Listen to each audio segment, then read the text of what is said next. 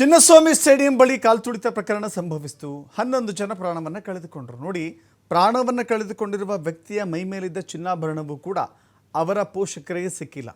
ಚಿನ್ನಾಭರಣ, ಶವದ ಮೇಲಿರುವಂಥ ಚಿನ್ನಾಭರಣವನ್ನು ಕೂಡ ಕಳ್ಳತನ ಮಾಡಿದ್ದಾರೆ ಎನ್ನುವ ಆರೋಪ ಈಗ.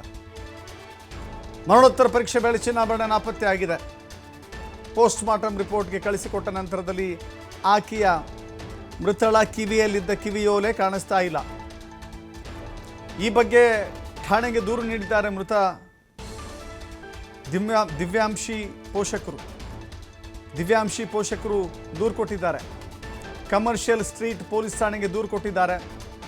ಕಾಲ್ತುಳಿತ ದುರಂತದಲ್ಲಿ ಮೃತಪಟ್ಟಿದ್ಲು ದಿವ್ಯಾಂಶಿ.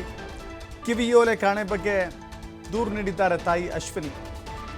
ಮೃತದೇಹ ಹಸ್ತಾಂತರದ ವೇಳೆ ಕಿವಿಯೋಲೆ ಇರಲಿಲ್ಲ ಅಂತ ಹೇಳಿ ಈ ಬಗ್ಗೆ ಠಾಣೆಗೆ ದೂರು ನೀಡಿದ್ದಾರೆ.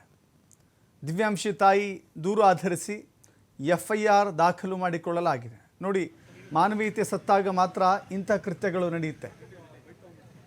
ಮಾನವೀಯತೆ ಮರೆತು ಹೋದಾಗ ಮಾತ್ರ ಇಂಥ ಘಟನೆಗಳು ನಡೆಯುತ್ತೆ. ಶವದ ಮೇಲಿನ ಚಿನ್ನದ ಒಡವೆಯನ್ನು ಬಿಡದಂಥ ಖದೀಮರಿದ್ದಾರೆ ನಮ್ಮ ಮಧ್ಯದಲ್ಲಿ ಅಂತ ಹೇಳಿದ್ರೆ ಅದನ್ನು ಸಹಿಸಿಕೊಳ್ಳೋದು ತುಂಬ ಕಷ್ಟ. ಇದೇ ಮೊದಲ ಬಾರಿಗೆ ಹಿಂಗಾಗಿದೆ ಅಂತ ಹೇಳೋಕ್ಕಾಗೋದಿಲ್ಲ. ಇಲ್ಲಿ ಯಾರದ್ದು ಲೋಪ ಅಂತ ನಾವು ಎತ್ತಿ ಹೇಳೋಕ್ಕಾಗೋದಿಲ್ಲ. ಯಾಕೆಂತ ಹೇಳಿದ್ರೆ ಮರಣೋತ್ತರ ಪರೀಕ್ಷೆ ನಡೆಸುವಂಥ ಸಂದರ್ಭದಲ್ಲಿ ಅಲ್ಲಿನ ವೈದ್ಯರೋ ಅಲ್ಲಿನ ವೈದ್ಯಕೀಯ ಸಿಬ್ಬಂದಿನೋ ತೆಗೆದುಕೊಂಡಿದ್ದಾರೆ ಅಂತ ನಾವು ಬೆಟ್ಟು ಮಾಡಿ ತೋರ್ಸೋಕ್ಕಾಗೋದಿಲ್ಲ. ಅಥವಾ ಪೊಲೀಸರೇ ಇದನ್ನೇನಾದ್ರು ಕೆಲಸ ಮಾಡಿದ್ದಾರಾ, ಈ ಕಳ್ಳತನ ಮಾಡಿದ್ದಾರಾ ಗೊತ್ತಿಲ್ಲ. ಬಹುತೇಕ ಏನಾಗುತ್ತೆ ಅಂತ ಹೇಳಿದ್ರೆ ಎಲ್ಲ ಅಪರಿಚಿತ ಶವಗಳು ಪತ್ತೆಯಾದಾಗ, ಈ ರೀತಿ ಘಟನೆಗಳು ನಡೆದಾಗ ಶವದ ಮೇಲಿನ ಚಿನ್ನವನ್ನು ಕದ್ದಿರುವಂಥ ಅದೆಷ್ಟೋ ಪ್ರಕರಣಗಳಿದ್ದಾವೆ.